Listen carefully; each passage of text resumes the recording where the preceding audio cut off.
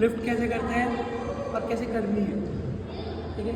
First आपकी grip आएगी, grip आपको सबको पता है, सेकेंड ग्रिप, ठीक है। 3 फिंगर डाउन, फिर पाम, फिर ये जो इंडेक्स फिंगर है इसको लिटिल बिट बेंड। ये हमारी कौन सी ग्रिप है? 4 हैंड ग्रिप। अभी हमें स्प्लिट स्टेप लेना है। First split step, okay. 1 2 3, ठीक है। Racket should be front of the face, left leg should be behind the service line, okay.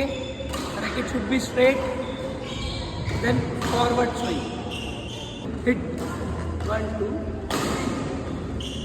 फिर मैं बता रहा हूँ कैसे हिट करना है। Racket should be front of you, lift, इसको नीचे से लाना है, ऊपर की तरफ उड़ा देना है और रैकेट को शोल्डर के लेफ्ट साइड लेके जाना है।